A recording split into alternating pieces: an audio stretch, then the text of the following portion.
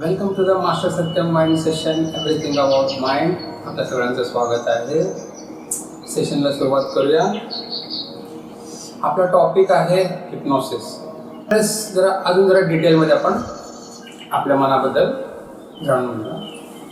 कारण हिप्नॉटिझम जो आहे, हिप्नॉसिस जो आहे, तो total and total mind and suggestion ह्याच्यावर डिपेंडिंग आहे.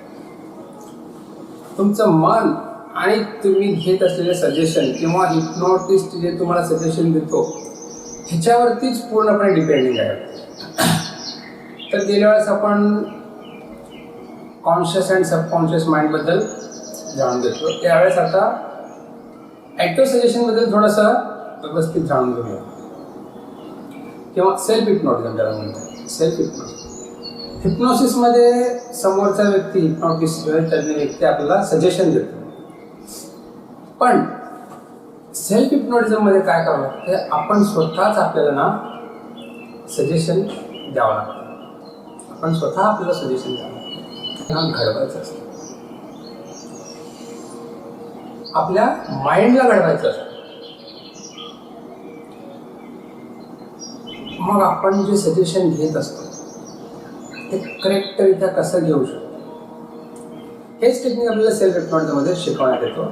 तर मी तुम्हाला थोडक्यात सांगणार आहे. कारण कसं आहे, प्रत्येकाचं सबकॉन्शियस माइंडमध्ये बरेच काही गोष्टी असतात, चांगले वाईट, काही गुप्त ठेवायचे असतात, काही कोणाला सांगायचे नसते. जेव्हा तुमच्या अंतर्मनात जातो तेव्हा काही गोष्टी तो बाहेर काढू शकतो किंवा काही तुम्हाला सजेशन दिले तर तुम्ही त्याला रिप्लाय देऊ शकता. म्हणून काही लोक हिप्नॉटिस्टकडे जाण्यास घाबरतात. त्यांना असं वाटतं की हिप्नॉटिझममध्ये आपण गेलं, हिप्नॉटिस्ट आपल्याला काहीतरी केलं, आपल्या अंतर्मनातलं काहीतरी जाणून घेतलं तर कसं करायचं. कारण ही गोष्टी आपल्याला कोणाला सांगायच्या नाही आहेत. मग मी जाणून घेतलं कसं आहे, ह्या भीतीने बरेच लोक हिप्नॉटिस्टकडे जाण्याचं टाळतात आणि आपला मानसिक ताणतणाव जो आहे तो कमी करायचा राहून जातो.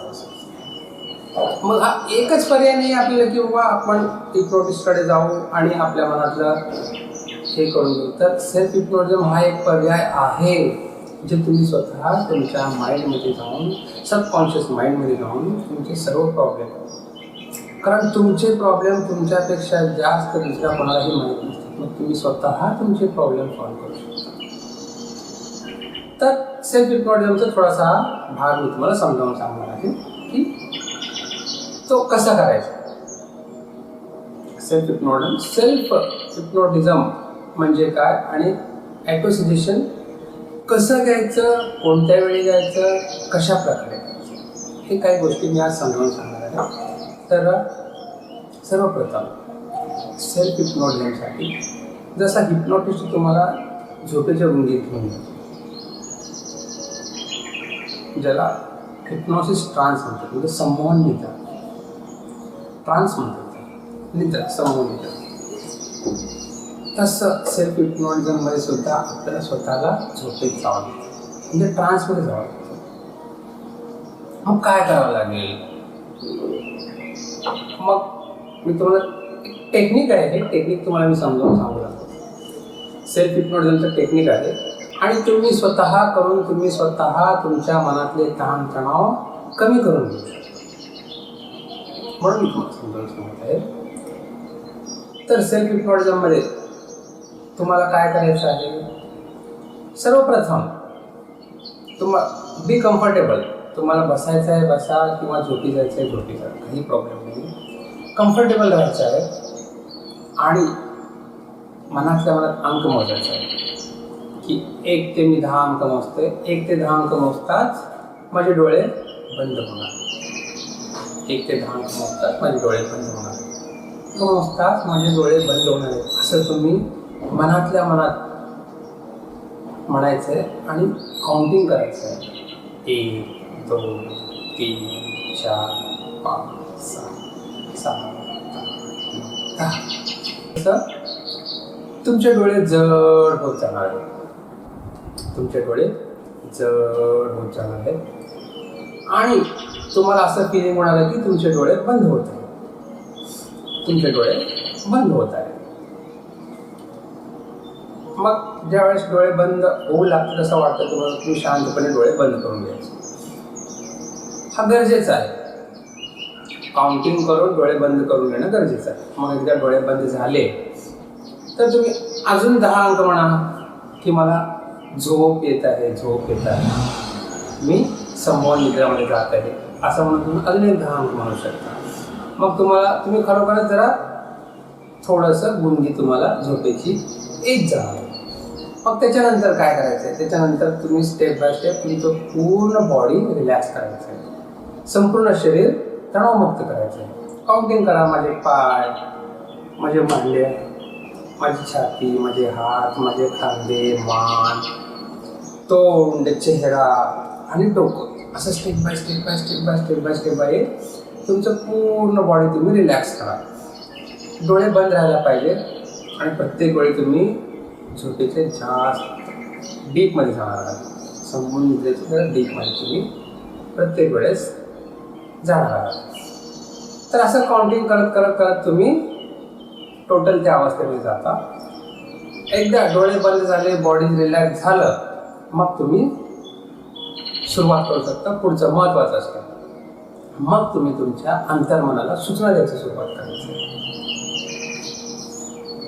जे काही तुम्हाला समस्या असेल, तुमची जे काही समस्या असेल ते तुम्ही समस्या कमी कमी होत आहे असं तुम्ही सूचना देऊ शकता.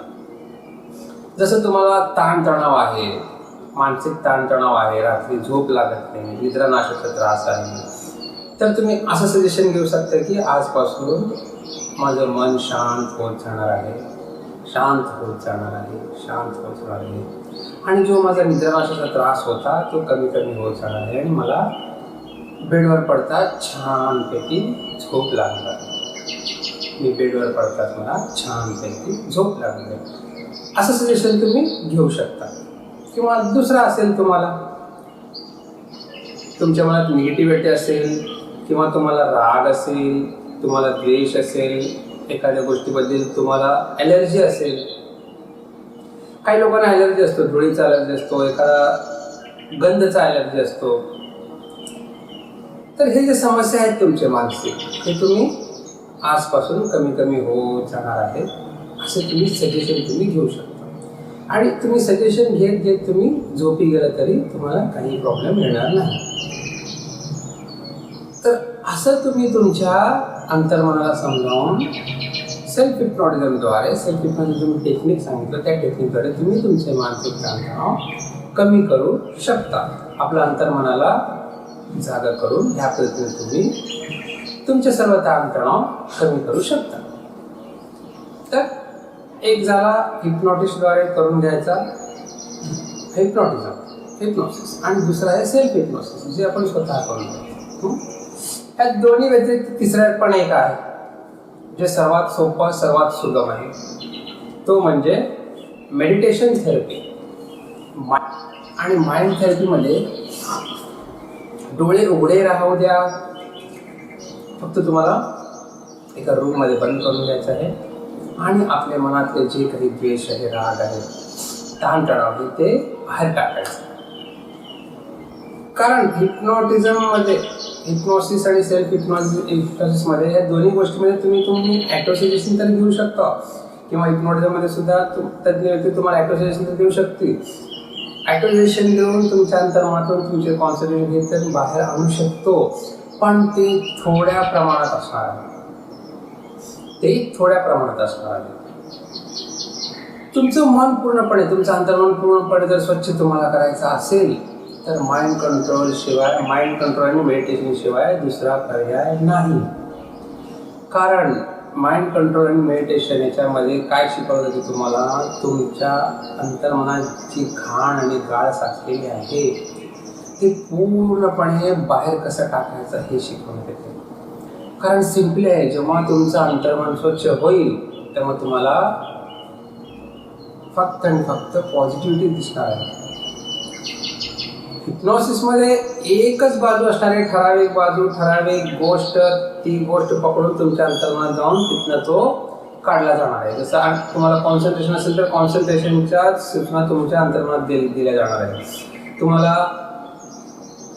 ताणतणाव असेल तर ताणतणावाची सूचना तुमच्या अंतर्मनात दिल्या जाणार आहे. पण माइंड कंट्रोल मेडिटेशनमध्ये काय होणार आहे, तुमच्या अंतर्मनात जे काही घाण असेल, जे काही असेल, राग, द्वेष, मात्सर्य, काम, क्रोध, एखाद्याबद्दल द्वेष, जे काही असेल, एनर्जी, हे सगळ्या गोष्टी ना पूर्णपणे बाहेर फेकले जाणार आहेत. काही इमोशन्स असतील तुम्हाला, रडायचं, हसायचं, डान्स करायचं, खेळायचं, ही इमोशन्स सुद्धा पूर्णपणे बाहेर फेकून तुमचं माइंड एकदम क्लीन अँड क्लिअर केलं. आणि एकदा तुमचं माइंड क्लीन अँड क्लिअर झालं तर तुमचं अंतर्मन एवढं स्वच्छ होणार आहे, त्याच्यामध्ये राग अजिबात नसणार आहे, मोह अजिबात नसणार आहे, क्रोध, काम, मोह, मत्सर, एखाद्याबद्दल तिरस्कार असले काही गोष्टी राहणार नाही. एकदा तुमचं अंतर्मन स्वच्छ झालं तर तुम्हाला कोणीही रागाला आणू शकणार नाही.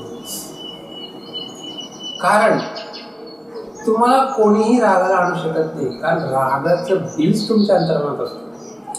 तो व्यक्ती काय करतो, फक्त एक उदाहरण बनतो, एक कारण बनतो तुमचं आतलं राग बाहेर आणायला.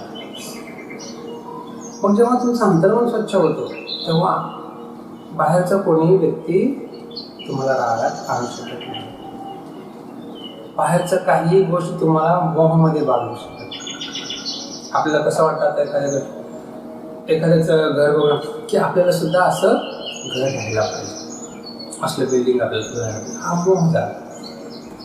एखाद्या घरात एखादी वस्तू आली, TV, टेलिव्हिजन आलं, किंवा म्युझिक सिस्टीम आली, किंवा एक्सपेक्टेड जे काय असेल, आपल्याला पण असं वाटतं की आपल्या घरात पण राहायला पाहिजे. एखाद्याचं कार बघून आपल्याला असं वाटतं की मोह निर्माण होते की आपल्याला पण कार राहायला पाहिजे होतं. हे जे मोह आहे तो मोह सुद्धा राहणार नाही. अंतर्मन जर क्लीन झालं तर तो मोह सुद्धा राहणार नाही. मग तुम्ही म्हणणार ठीक आहे, त्याच्या घरात कार आणि राहूया, आपण आपल्या घरात सुखी आहे. एक समाधान, एक सॅटिस्फॅक्शन तेव्हा निर्माण होणार आहे. आता तुम्ही समाधानी असल्याचं दाखवता, तुम्ही आता आनंदी असल्याचं दाखवता, तुम्ही विनम्र आहात असं दाखवण्याचा प्रयत्न करता. तुमच्यामध्ये राग नाही, द्वेष नाही, हे तुम्ही दाखवण्याचा प्रयत्न करता. पण जेव्हा तुमचं अंतर्मन स्वच्छ होतो तर तुम्हाला काहीही दाखवायची गरज नाही. ते सगळ्यांना दिसून येतं की तुमच्यामध्ये ना राग असणार, ना द्वेष असणार, ना मोह असणार. तुमचं मन क्लीन, तुमचा चेहरा अगदी प्रसन्न, तुम्हाला बघून सुद्धा समोरचे लोक प्रसन्न होते. तुमचा बोलण्याचा जो हे आहे, ढंग आहे, चाल चलन आहे, ते सगळं बदलत जातं. कधी? जेव्हा तुमचं अंतर्मन स्वच्छ होईल तेव्हाच. त्याआधी तुम्ही कितीही करा, पालथी मारून मेडिटेशन बसल्यासारखं बसा, 2 तास बसा, 3 तास बसा, किंवा काही गोंधळ घाला, त्याच्याने काही उपयोग होणार नाही. हे जे गोष्टी आहेत तेवढ्या पुरतं आहे. फर्स्ट थिंग फर्स्ट काय आहे, तुमचं अंतर्मन हे स्वच्छ झालं पाहिजे. तुमच्या अंतर्मनातील राग, द्वेष, इमोशन्स, फिलिंग्स हे सगळं बाहेर जायला पाहिजे. तेव्हाच तुमचं अंतर्मन क्लीन होतो. आणि ज्या वेळेस तुमचं अंतर्मन क्लीन होतो तेव्हाच तुमच्या अंतर्मनात असलेले पॉसिबिलिटीज बाहेर येते. जसं घाण बाहेर आला तसं तुमचे पॉसिबिलिटीज सुद्धा बाहेर येते. म्हणून आपल्या तिथे राग, द्वेष आपण दुसऱ्याला दाखवू शकत नाही, दुसऱ्यावर काढू शकत नाही. म्हणूनच हा एक थोडासा वेडेपणाचा भाग आपण करायचा आहे, करावा लागतो. कारण स्वतःला एका रूममध्ये बंद करायचं आणि आपले सर्व मनातले ताणतणाव बाहेर